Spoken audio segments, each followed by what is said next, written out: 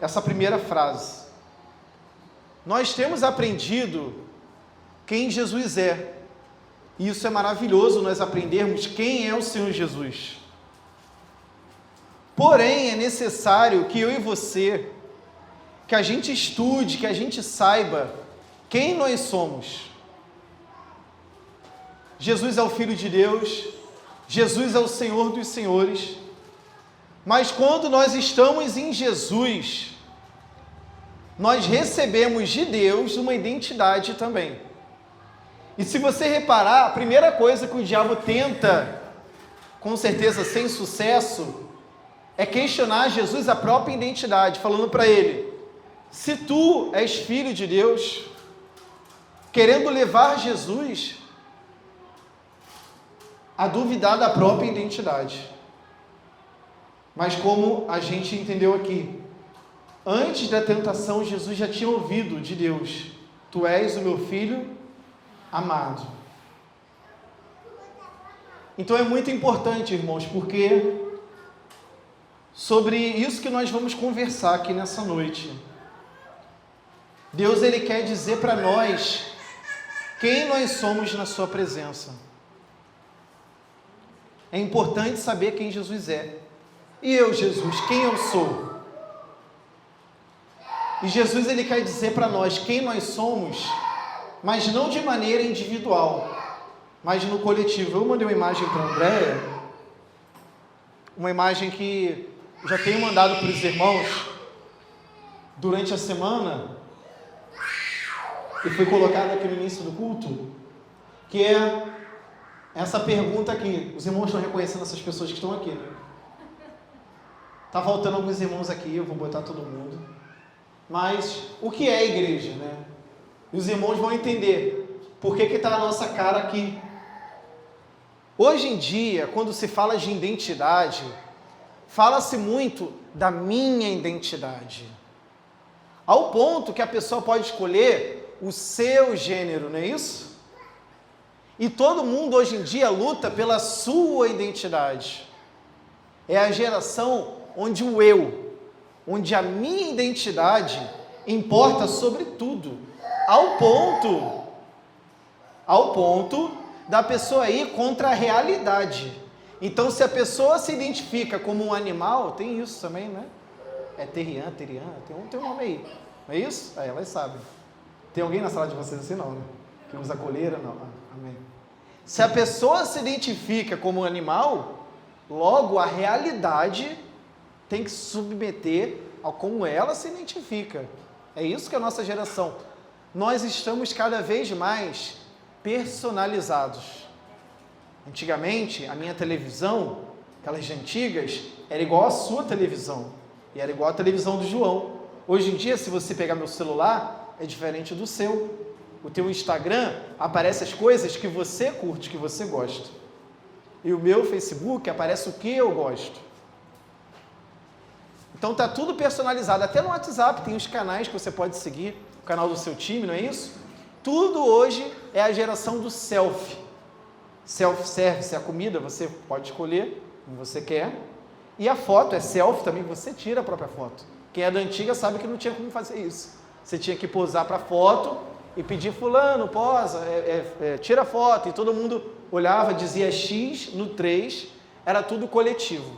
Hoje em dia o celular está aí com a sua cara, com aquilo que você gosta, com o seu tema, não é isso? As cores, tem gente que gosta do tema escuro. Tem uma pessoa que eu conheço que ela usa o celular na iluminação quase no 0. Ao todo lado dela, assim, olhando, eu falei, como que tu enxerga? Alguém faz isso aqui? Não, né? Dizem que é para ninguém ver o que está mexendo. É macete, é isso? Tem esse macete, né? Bom, então nós somos a geração personalizada. E todo mundo tem um mundo na palma da mão, o seu mundo. Um mundo que você molda a sua imagem e semelhança.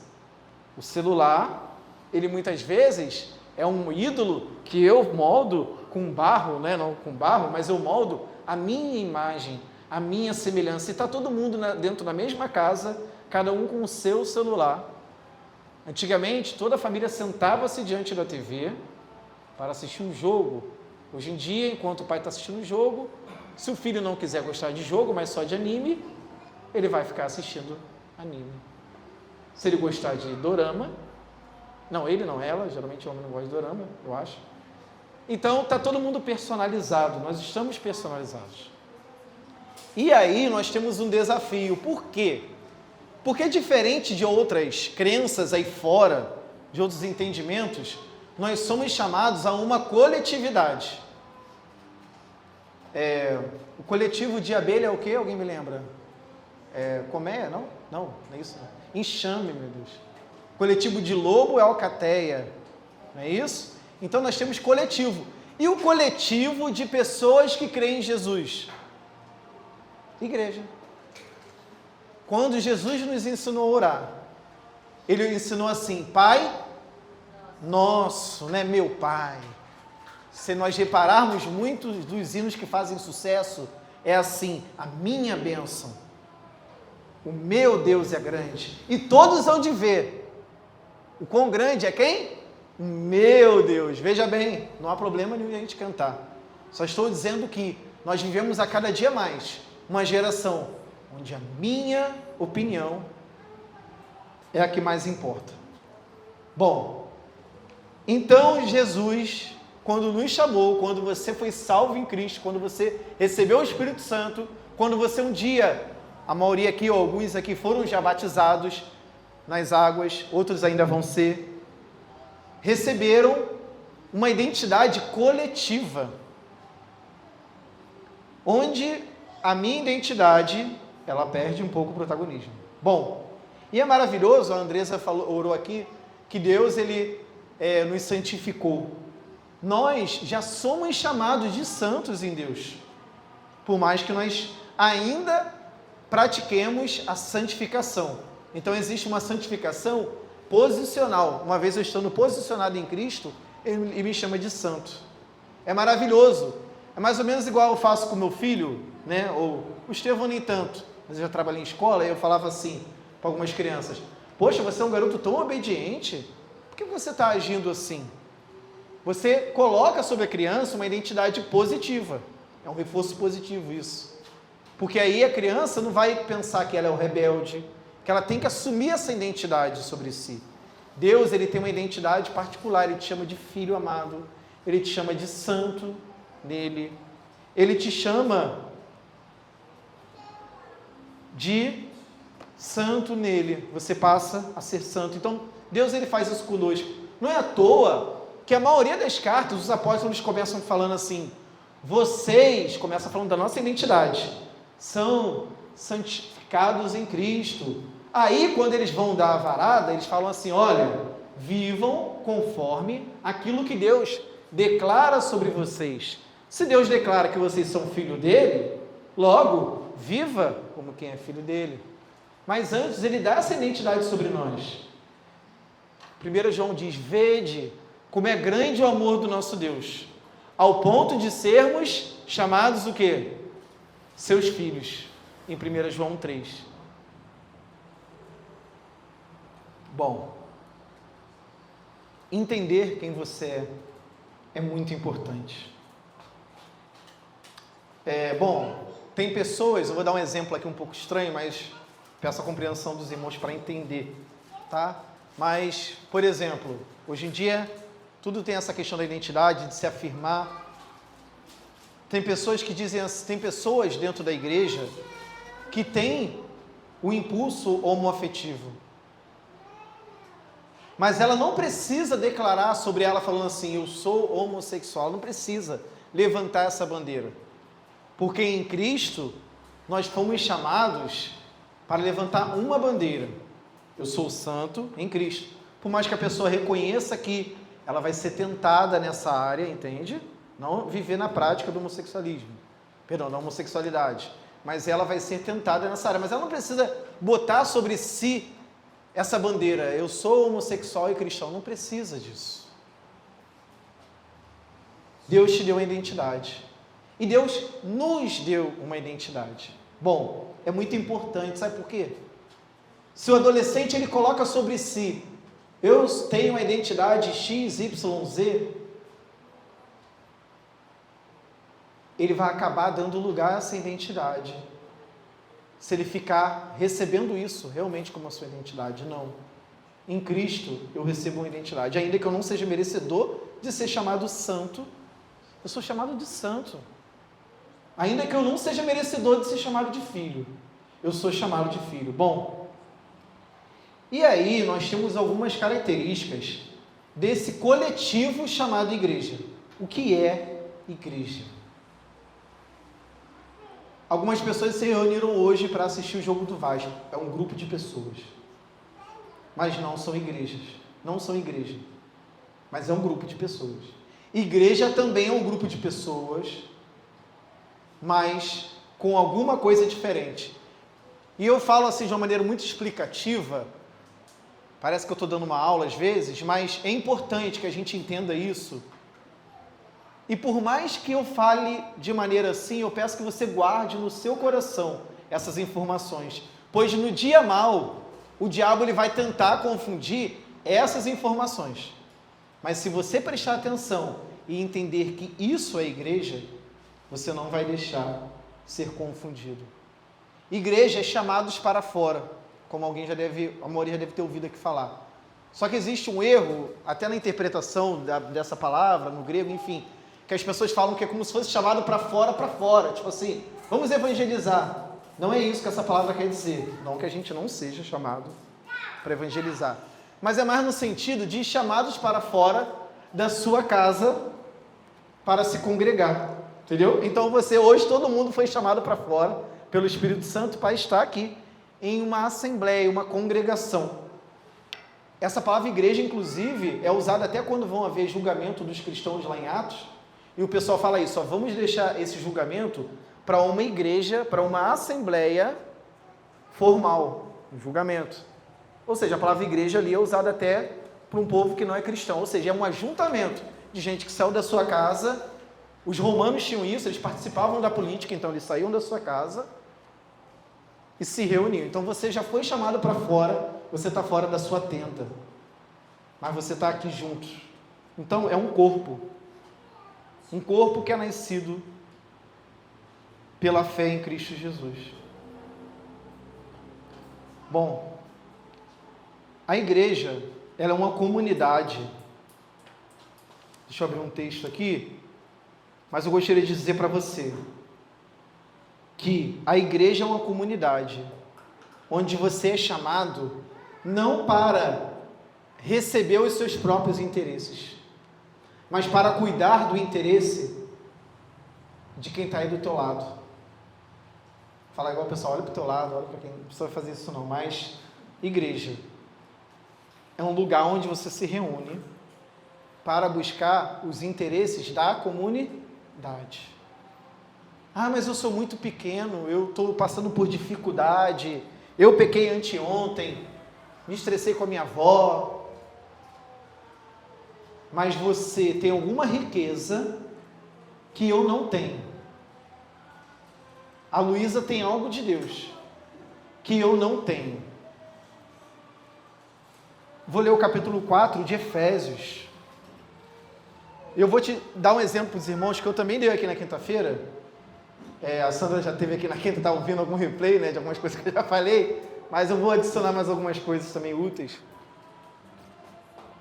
Eu atendi um adolescente uma vez, que a mãe dele chegou para mim, falando assim sobre ele, olha, o meu filho, ele está toda hora indo orar no quarto. Aí tu fala, legal, não. Mas ele ia, tipo assim, ele tomava café, aí sentava, ele do nada, cadê o café? O café estava lá sozinho, ele tinha ido para o quarto orar. Muito estranho. Aí ele voltava, ele estava conversando contigo, do nada ele saía de cena, ia para o quarto orar. E tu vai falar, isso é saudável, calma. Ele estava assim toda hora, porque ele estava não se achando digno de estar na presença de Deus. Logo, ele achava que ele tinha que toda hora mesmo, eu digo tipo assim, 3 vezes em 1 hora. A questão não é estar em espírito de oração, ou você orar no teu momento de busca de Deus. Era tipo assim, então não era ontem, aí ele saía. Tipo um exemplo assim, ele achava que Deus ia tipo matar ele a qualquer momento. Então ele tinha que orar. A cada momento, ele entendeu que ele tinha que orar. Aí tu vai falar, e o que isso tem a ver com esse papo de igreja? Grava essa frase aqui, que me ajudou muito. Igreja, ela me ajuda a não criar um Deus à minha imagem e à minha semelhança. Esse adolescente estava criando um Deus conforme a cabeça dele estava dizendo. Quase um toque religioso no caso dele. Porque ele achava que Deus estava assim, na espreita, a cada momento. E ai meu Deus, aí ele se ajoelhava. Não é esse o sentimento que Deus quer que a gente se aproxime dele. Deus quer que a gente se aproxime dele, sim, pedindo perdão dos nossos pecados. Mas como ele estava passando uma crise. Então, a comunidade de fé me ajuda a eu não criar um Deus à minha imagem e semelhança. Talvez você está aí na tua cabeça criando um Deus rígido demais. Ou você esteja aí na tua cabeça criando um Deus que não pede santificação nem nada. Por isso que a gente sai de casa. Porque aqui o Espírito Santo, com o seu rio, ele flui e lava a nossa maneira de pensar. Lava, clareia os nossos pensamentos. Efésios 4, verso 1. O apóstolo Paulo diz assim: por isso, eu, prisioneiro no Senhor, peço que vocês vivam de maneira digna, que vocês vivam da maneira digna da vocação que vocês foram chamados. Aquilo que eu falei no início. Deus nos chama e nos dá uma vocação. A gente tem que viver de acordo com essa vocação. Com toda humildade e mansidão, com bondade, suportando uns aos outros, com amor, fazendo tudo para preservar a unidade do Espírito no vínculo da paz. Há somente um corpo, um só Espírito, como também é uma só a nossa esperança para a qual vocês foram chamados. Há um só Senhor, uma só fé, um só batismo, um só Deus. Bom, o qual é sobre todos e age por meio de todos, está em todos. O Senhor Jesus, ele nos chama para essa unidade. Quando eu digo unidade, irmãos, eu não estou dizendo uniformidade. O que é uniformidade? Escola. Todo mundo usa o mesmo uniforme, não é isso? No balé, não é isso? Também no esporte, o time usa o mesmo uniforme. Legal. Porém, na igreja, nós seremos unidos apesar das diferenças. Então, eu não preciso obrigar. O Douglas se converte hoje. Eu falo: Douglas, você tem que pintar o cabelo igual a mim. Tu tem que botar uma blusa assim também. Porque agora você é igreja de Cristo. Jesus, ele não nos deixou essas ordenanças. Nós somos um povo um pouco diferente, um povo até que é um pouquinho mais diverso do que o próprio Israel, digamos assim. Porque Israel, o sacerdote tinha que todo mundo ter a roupa igual. Isso são sombras e com certeza nos ensina alguma coisa. Mas em Cristo, nessa questão estética, assim, a mulher samaritana perguntou a Jesus. Jesus, imagina ela sendo samaritana e perguntando assim: eu quero adorar. E a salvação, o Senhor acabou de dizer, que vem dos judeus. Então tem que ir lá no templo, eu adoro nesse templo aqui. Aí Jesus falou: olha, está chegando um novo tempo. Então Jesus inaugurou um novo tempo mesmo. Que os verdadeiros adoradores adorarão como? Com incenso? Igual a igreja católica usa? Não, em espírito e em verdade. A nossa adoração, graças a Deus, não depende de nenhum objeto santo. Certa vez eu vi um católico debochando das igrejas evangélicas que tem cadeira de plástico. Algumas, às vezes, até aquelas cadeiras de bar, escrito Skol. Já vi igreja com aquelas escrito Skol. E ele debochando: olha lá, tá vendo? Olha nossos templos, a beleza das nossas... E realmente, catedrais é muito bonito, já fui. Lá em Petrópolis tem uma que é linda. Bom, e eu digo, que bom, porque eu não dependo desse teu ouro aí não, que o Vaticano tem, graças a Deus. Eu não dependo desse incenso. Mas sabe por que a Igreja Católica muitas vezes faz isso?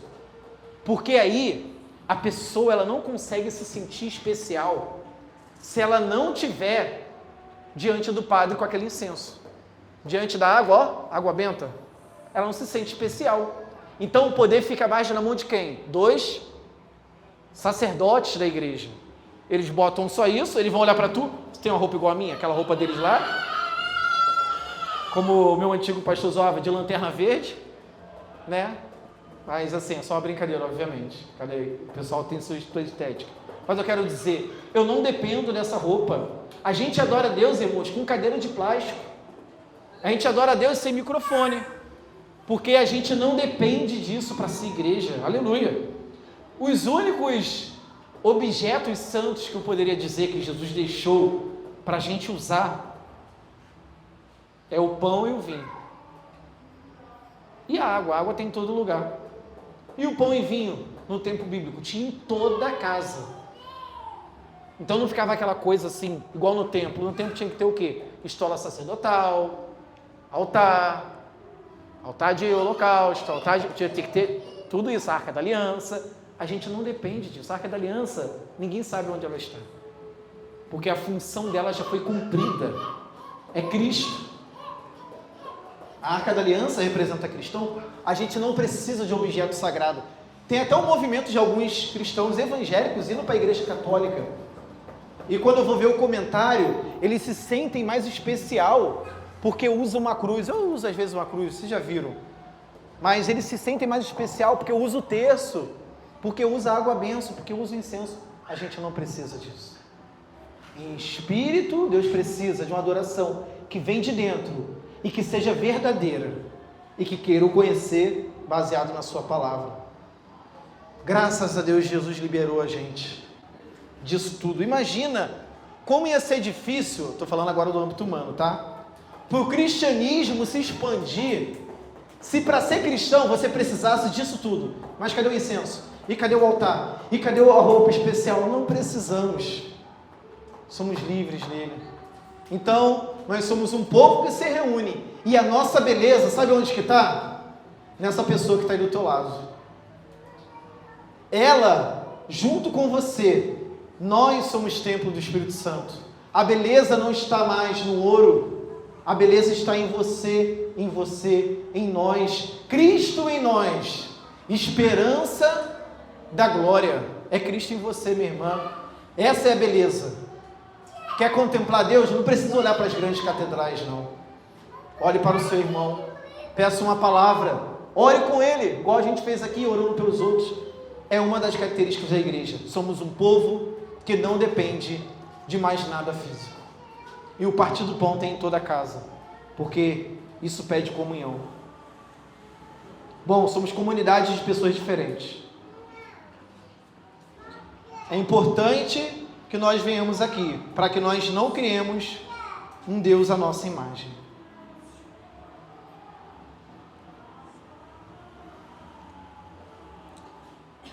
Vou continuar lendo Efésios 4, agora verso 7. Olha só, a graça foi aquela graça que nos salvou, certo? A graça, nós somos salvos pela graça. Só que a graça de Deus, ela não para só na tua salvação. Ah, tá salvo, amém. Agora a gente vai falar de uma graça, que é a graça que nos vocaciona. A graça de Deus, além de te salvar, ela te dá uma função no corpo de Cristo. E todo mundo tem uma função aqui. Todo mundo. Ninguém consegue, na verdade, nenhuma comunidade, nem a Avante. É bom a gente entender isso. Por isso que eu vim trazer isso, porque a gente está em plantação de igreja, então é bom a gente entender o que é igreja. Se a gente está em plantação de igreja, a gente está plantando o quê?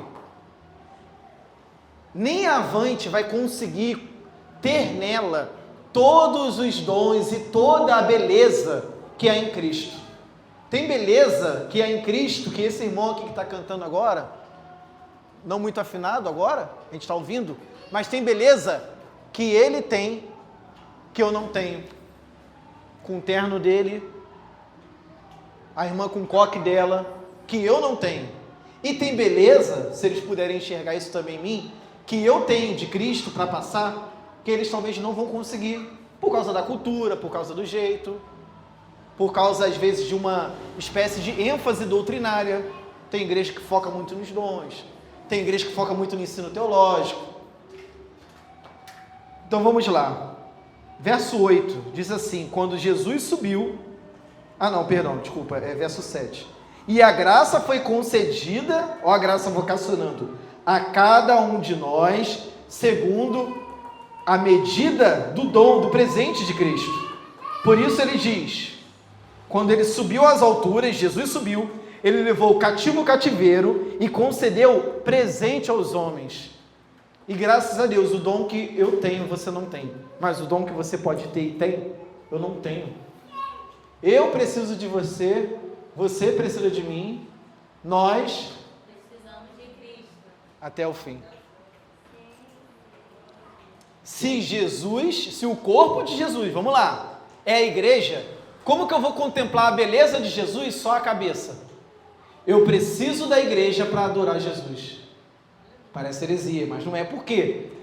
Tem pessoas que falam assim, eu sou igreja sozinho. Ninguém é igreja sozinho, porque é uma palavra coletiva. Entendimentos ou crenças diferentes. Deixa eu explicar, a gente conversou sobre isso no Papo Trente. Tem igreja que tem pastora. Aquele irmão na igreja que tem pastora, não é igreja? Eu sou igreja porque eu entendo de uma maneira diferente. Tem igreja que ela entende que os dons estão meio que sumindo. Os dons que vão falar na Bíblia estão desvanecendo, igual um pôr do sol. Conforme vai chegando nos últimos dias, estão apagando. Já tem igreja que você entende que você vai viver plenamente toda a beleza dos dons. Eu creio assim, amém? Mas eu não posso dizer que meu irmão que entende diferente, e às vezes ele entende diferente, não é porque ele não leu não, às vezes ele leu, ele tem uma opinião bem montada dentro disso. Mas aí eu vou fazer o quê? Vou falar que ele não é meu irmão em Cristo? Tem irmãos, e a maioria deles, que creem diferente. Até sobre aquilo que a gente geralmente conversa sobre a vida após a morte. A gente crê aqui o quê?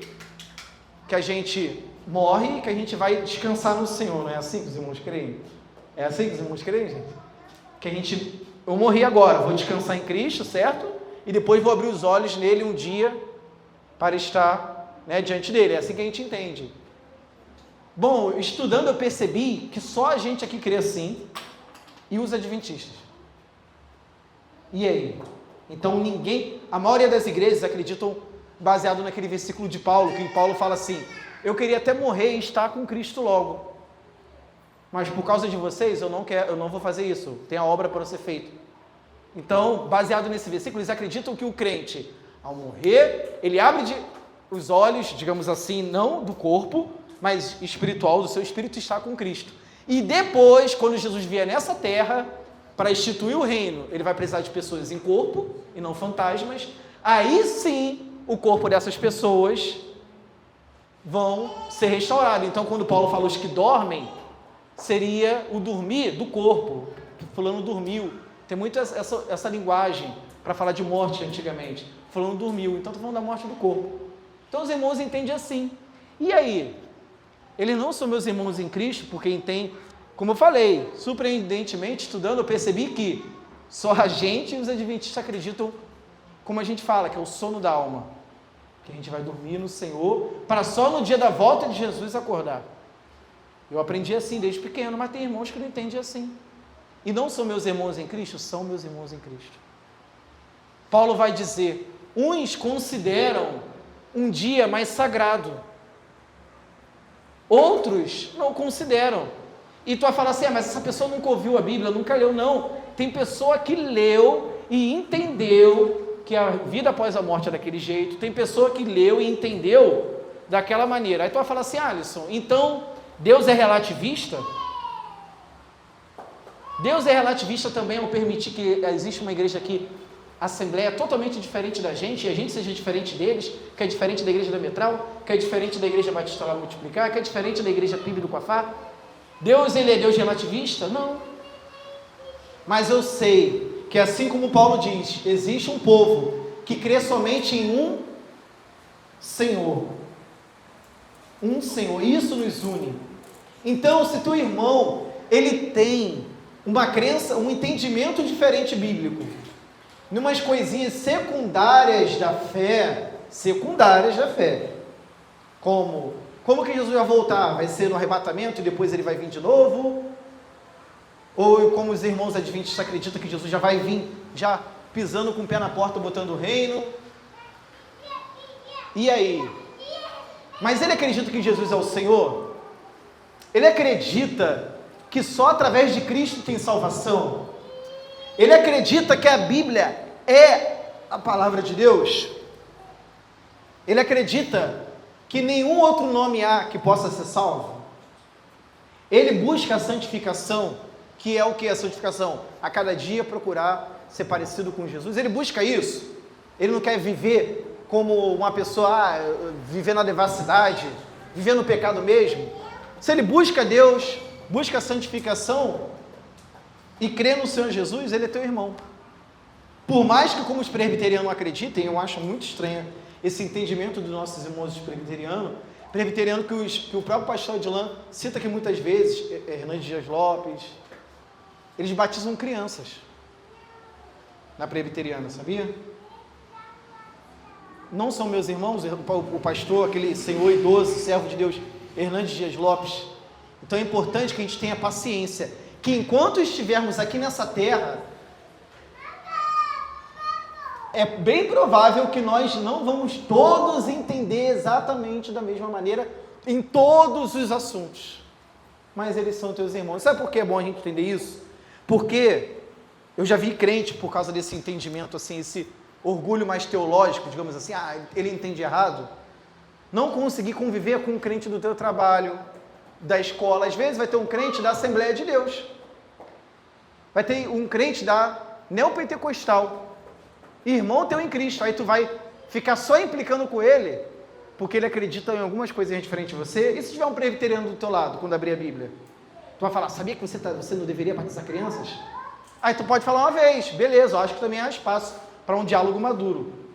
E se ele falar, não, mas eu ainda acredito que é para batizar criança, o que a gente vai fazer? Eu rasgo minha veste, não paro de andar com ele, aí está deixando de se unir. O sectarismo, a divisão, também é heresia. A gente tem que escolher, existe um livro muito bom, que diz assim, escolhendo as guerras pelas quais nós devemos lutar. Tem guerras que você não depende muito, você vai ficar lutando, você não deveria batizar criança, amém, não vai para a presbiteriana. Teve um momento na minha vida que eu não tive igreja, eu estava procurando algumas igrejas para ir, e eu pensei, vou para o presbiteriano, eu falei, não, por causa que eles batizam criança. E o problema é que talvez eles não iam me aceitar como membro da presbiteriana se eu não batizasse o Estevão. Não é nem que eu não, entendeu? Eles que não aceitariam ali dentro da presbiteriana. Então, em respeito, eu falei, não vou chegar lá querendo reformar. Vou mudar a presbiteriana, hein? Não vou reformar. É pecado o que eles estão fazendo? É de um coração impuro? Eles estão promovendo o adultério, a mentira, a falta de amor? Não. Eles entendem o batismo como que se fosse a circuncisão dada ao povo judeu. Assim como você circuncidava a criança, você deve batizar também a criança. Eles entendem assim, entendeu? Que eles olham a aliança entre Deus e o homem de uma maneira diferente. Bom, então é importante a gente entender que tem conhecimentos da fé que o Douglas vai entender diferente de mim, e que o Douglas vai entender da Andresa diferente da Andresa, e a Andresa diferente da Nayara. A gente pode conversar para tentar chegar a um entendimento, ótimo, mas tem assuntos que não vai ser. E aí, né? Bom, igreja é uma comunidade que faz apenas 2 rituais, eu vou chamar assim, tá bom? Que é o batismo e a ceia. Igreja é uma comunidade que a gente se reúne para santificar um ao outro. Eu não posso ser santificado sem viver com a Luísa, sem viver com o Douglas, eu não posso. Eu vou ser um crente medíocre se eu falar assim, eu não quero mais viver com você. Bom, não tem como ser parecido com Cristo sem estar no seu corpo. Igreja não é um consumo espiritual onde eu chego atrasado e falo assim, eu só quero pegar a parte da palavra. Igual um drive-thru, passa com um carro assim no McDonald's, aí pega seu hambúrguer, só quero 2 batatas e sai. não quero a parte do louvor, não, só quero a parte da palavra. Quando acabar o culto também eu quero ir embora e não falar com ninguém. Igreja é você ver o status do teu irmão. Vamos dizer que o teu irmão botou assim no status: minha casa alagou. E você comentar isso. Falar: que isso, irmão? Está precisando de ajuda? Isso é ser igreja. Não, a indiferença não existe no corpo de Cristo, como a Nayara leu aqui. Reuniam-se juntos constantemente. Paulo escreveu uma carta, a carta a Filemon, só para defender um escravo que tinha brigado com o seu senhor. Paulo, quando escrevia as cartas, ele chamava pessoas pelo nome. Tem uma carta que ele fala assim: essas duas irmãs aí que vivem brigando, por favor, parem de brigar. Esqueci o nome delas. Que viviam brigando, e Paulo escreveu lá no finalzinho da carta, ele sabia o nome: Timóteo, Tito, Onésimo, Filemon. Olha que coração entrelaçado. Você saber o nome da pessoa, saber a idade dela, saber que ela está passando por uma doença. Tem igrejas que a pessoa passa por uma doença, às vezes a igreja é muito grande e ninguém sabe. Isso não existe. Para ser espiritual assim, a gente seja no nosso quarto. Não existe. Olha só, uma frase que é forte, mas eu falo isso que João falou. Não acredite em alguém que diz que é espiritual, mas não quer amar o seu irmão, não quer aprender com a igreja. É mentira, porque o apóstolo João diz assim: se alguém diz que ama a Deus, mas não ama seu irmão. Existe um homem lá em Gênesis que ofereceu um culto e estava odiando o seu irmão. Ele foi Caim. Ele ofereceu também um culto a Deus, o culto dele não oferecendo, ele estava odiando o seu irmão. Culto sem amor, irmão, não é culto. Porque Caim era do maligno. Nós somos uma comunhão baseada no amor. Mas na igreja também há algo chamado disciplina. É uma das características daquilo que define o que significa essa reunião aqui: disciplina. Mateus 18, por favor. E Jesus aqui ensina um versículo que você conhece, que eu conheço, que a gente usa errado esse versículo muitas vezes. Mateus 18, verso 15. Os irmãos já ouviram aquele versículo: onde estiverem 2 ou 3 reunidos? Pode pegar água, por favor. Aquele versículo que diz: onde estiver 2 ou 3 reunidos, ali estarei presente. Esse versículo não está falando exatamente de culto. A gente usa isso às vezes quando o culto está vazio, né? Quer falar: irmãos, o importante é que é onde... Mas esse versículo está falando de disciplina. Disciplina é quando alguém é levado à repreensão, e não apenas por um irmão. A gente vai ler isso. Vamos lá, verso 15, diz assim, de Mateus 18: se o seu irmão pecar contra você, vá e repreenda-o em particular. Vamos lá. Se ele ouvir, você ganhou o seu irmão. Só que a igreja não é formada só de 2 pessoas, Jesus continua. Mas se ele não ouvir, qual o próximo procedimento? Tem alguém em um pecado sem arrependimento. Não estou falando de dificuldade ou fraqueza. A pessoa acha que ela está certa. Você vai nela primeiro em particular. Se ela não te ouviu, o que você faz? Leva mais 1 ou 2 pessoas, para que pelo depoimento de 2 ou 3 testemunhas, toda a questão seja decidida. Isso acontecia já em Israel. Jesus permanece esse padrão para a igreja dele, a igreja que ele edifica a partir da sua morte e ressurreição, que é diferente de Israel, porque foi fundada em sua ressurreição.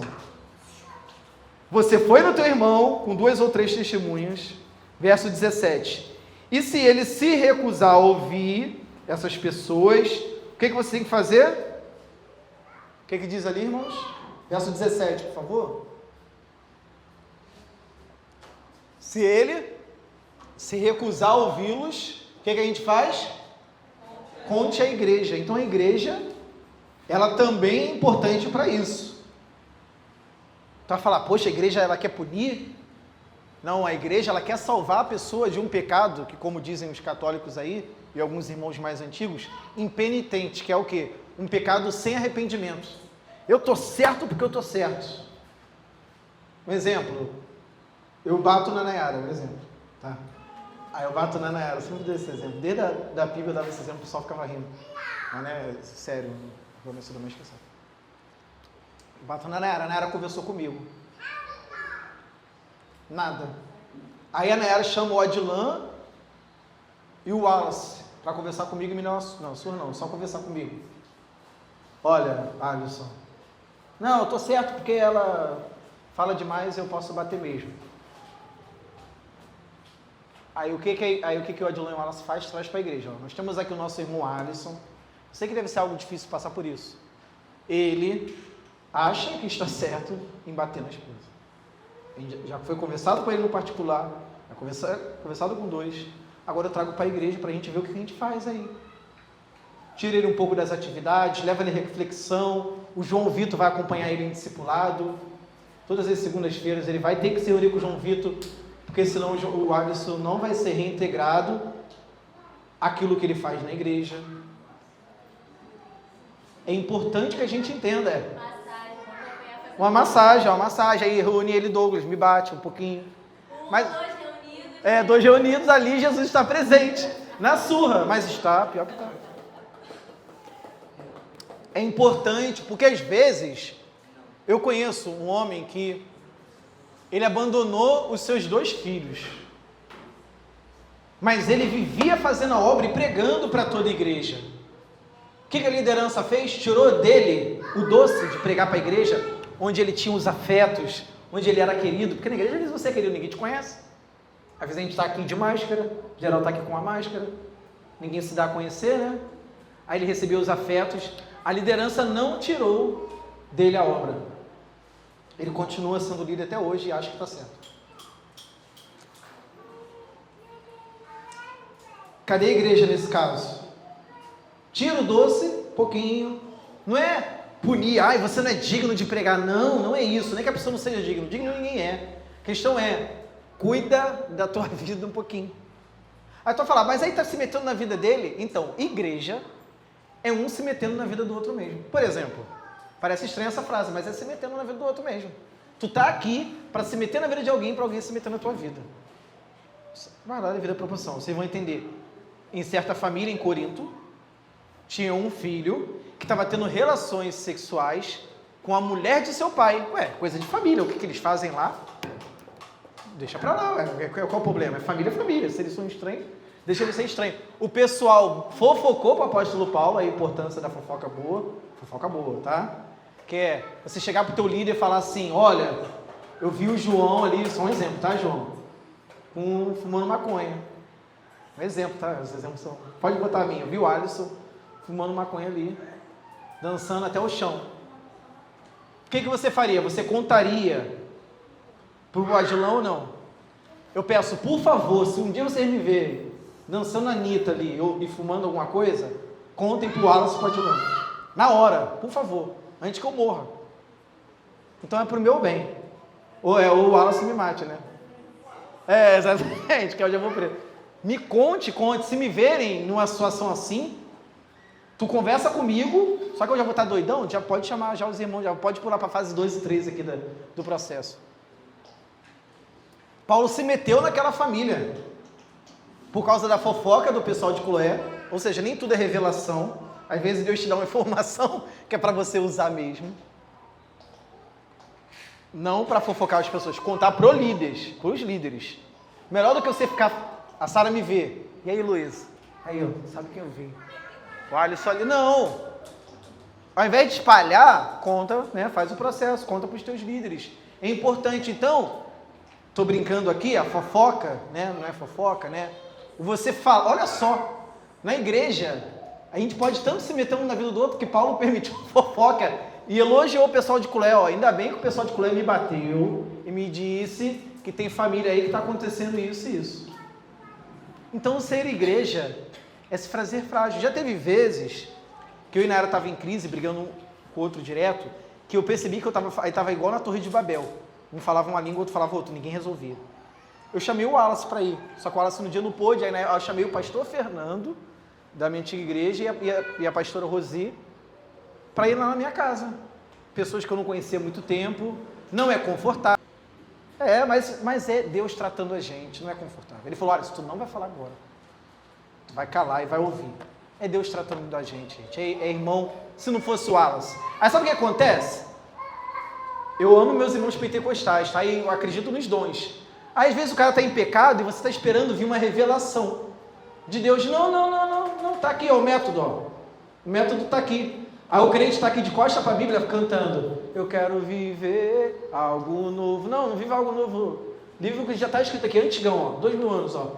Se você viver isso aqui, tem muito método. Veja bem, não estou desprezando os dons, não estou desprezando nada disso.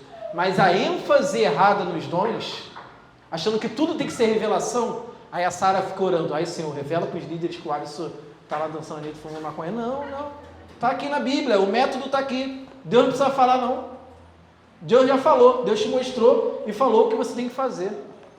A ênfase errada na revelação, o Wallace mandando ficar quieto e ouvir, de repente foi melhor do que 1000 revelações, que aí tu fica naquela. Será que foi de Deus? Será que não foi? Será que foi? E tem revelação, às vezes, aí tem igreja que faz o seguinte, a pessoa não tem coragem de ir até na outra. Aí o que a Sara faz? Ela fabrica uma revelação, ela vai em mim na hora do culto. Assim te diz o Senhor, Deus me mostrava que você estava lá fumando maconha e dançando nele. Então, não precisa fabricar revelação, não precisa mentir. Haja conforme a Bíblia nos ensina. Por isso, nós queremos ser uma igreja bíblica.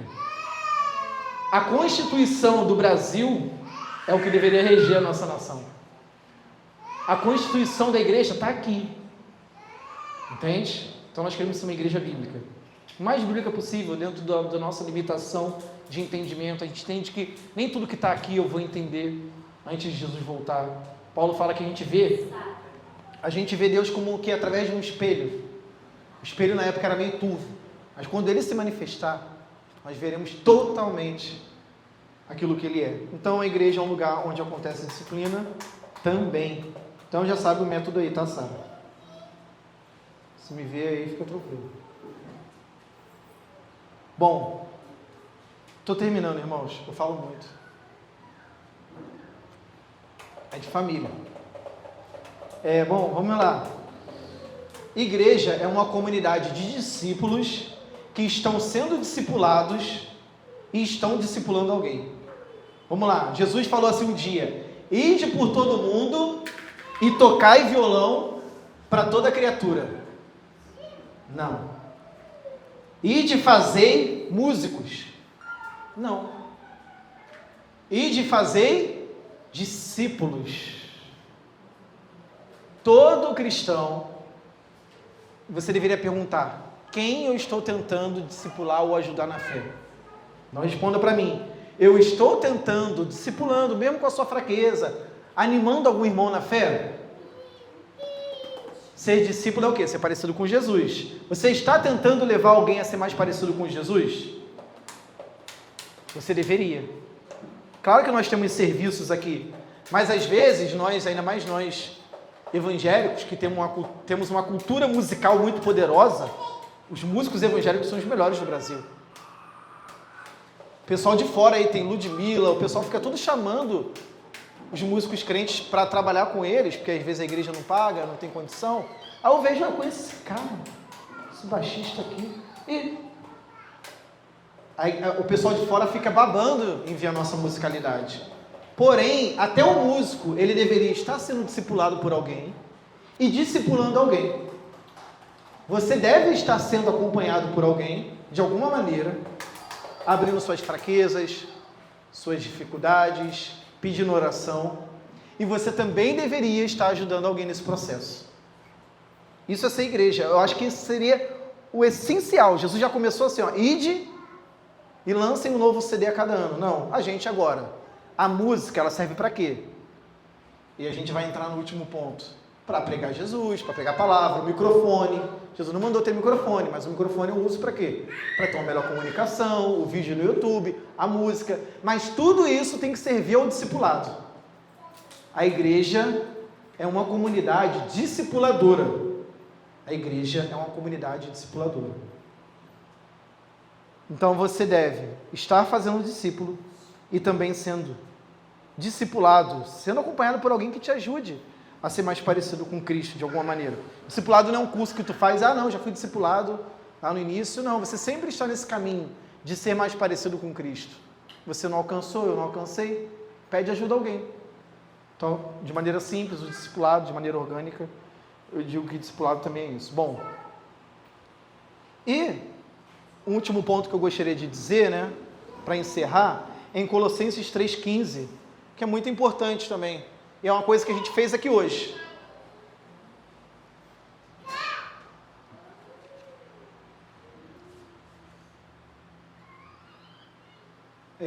Acho que é 3,16, acho que eu falei errado, acho que é verso 16.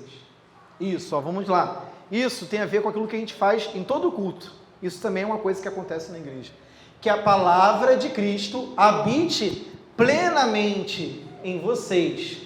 Eles não tinham Bíblia na época, tá? Todo mundo não tinha uma cópia, não. Ensinem e aconselhem uns aos outros. Eu preciso ser aconselhado? Preciso. Ensinem e aconselhem uns aos outros com toda a sabedoria. E olha o que a palavra de Deus diz. Como que a palavra habita no meio de nós, ricamente? Nós vamos fazer o quê? Cantar com salmos, hinos e cânticos espirituais a Deus com gratidão. A palavra, ela aparece ligada à música. A música na igreja também é uma característica do corpo de Cristo. Filipenses 2, que a gente diz, ele foi feito homem, meu Deus, deu branco na passagem, alguém lembra aí? Filipenses 2, é passagem muito conhecida, embora sendo Deus, não teve por usurpação, ser igual a Deus, antes se esvaziou. A maneira que aquele texto está escrito ali, quem estuda um pouquinho, agora uma curiosidade nerd, mas que é interessante, quem estuda um pouquinho ali o grego, não é o meu caso, percebe que aquele Filipenses 2 ali é uma canção. Paulo está tipo cantando, era provavelmente uma canção que existia lá no tempo da igreja primitiva. Então a música na igreja é uma característica também dos nossos cultos. Ela deve existir para exaltar Jesus, para nos ensinar a palavra. Deus é muito sábio. O povo de Israel, todo mundo tinha uma Bíblia? Não. Como que eles gravavam os feitos do Senhor? Cantando os salmos. Aí por isso o salmista fala, contarei as tuas obras, contarei que um dia, tudo que o Senhor fez nas gerações antigas, eu vou cantar para o Estevão. Porque nem todo mundo tinha uma Bíblia para ler, mas a música não é fácil de a gente gravar. Às vezes a gente grava música que a gente não quer, não é isso? O vizinho coloca. Eu moro em frente ao centro de Macumba. Aí fica tocando lá uma música dos demônios. Se demônio eu gravo, entendeu? Estou tocando bateria, se está tocando o ritmo lá, eu tenho que tomar cuidado para não tocar junto, que é altíssimo. Mas assim, então a música ela tem esse poder, ela fica na nossa cabeça, certo? Então, nós devemos ser uma igreja bíblica. E eu gostaria de incentivar os irmãos, né?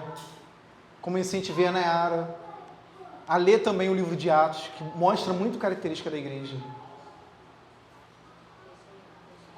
Uma característica da igreja que eu não abordei aqui, a igreja também ajuda a liderança a resolver. Quando a igreja estava com dificuldade na distribuição dos alimentos,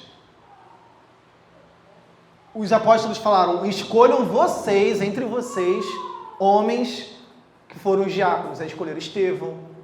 Foi assim que surgiu o serviço diaconal. A igreja escolheu. E aí os apóstolos, impondo as mãos, reconheceram também. Então a igreja ajuda a participar de decisão, como nós vimos. Então, eu gostaria de te convidar, de se alegrar por fazer parte desse povo. É um povo que, como nós aprendemos, é diferente de Israel. É o mesmo Deus. Mas nós temos características diferentes. Que o Senhor deseja nos ensinar. Leia Atos, leia as cartas de Paulo. Paulo foi um homem que nos ajudou a entender.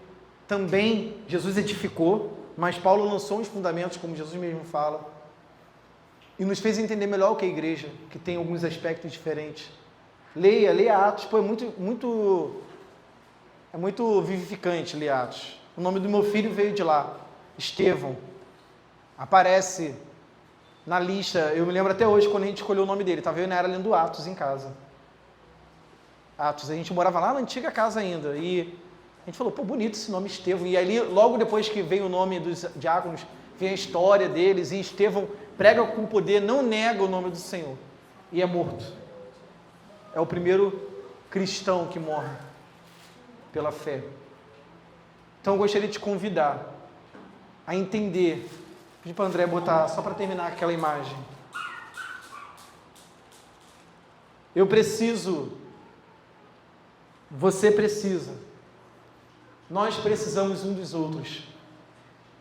Para contemplar quem Cristo é, a gente canta, Senhor, a Tua glória eu quero ver, eu quero conhecer mais de Ti. O seu irmão pode te ajudar. É isso que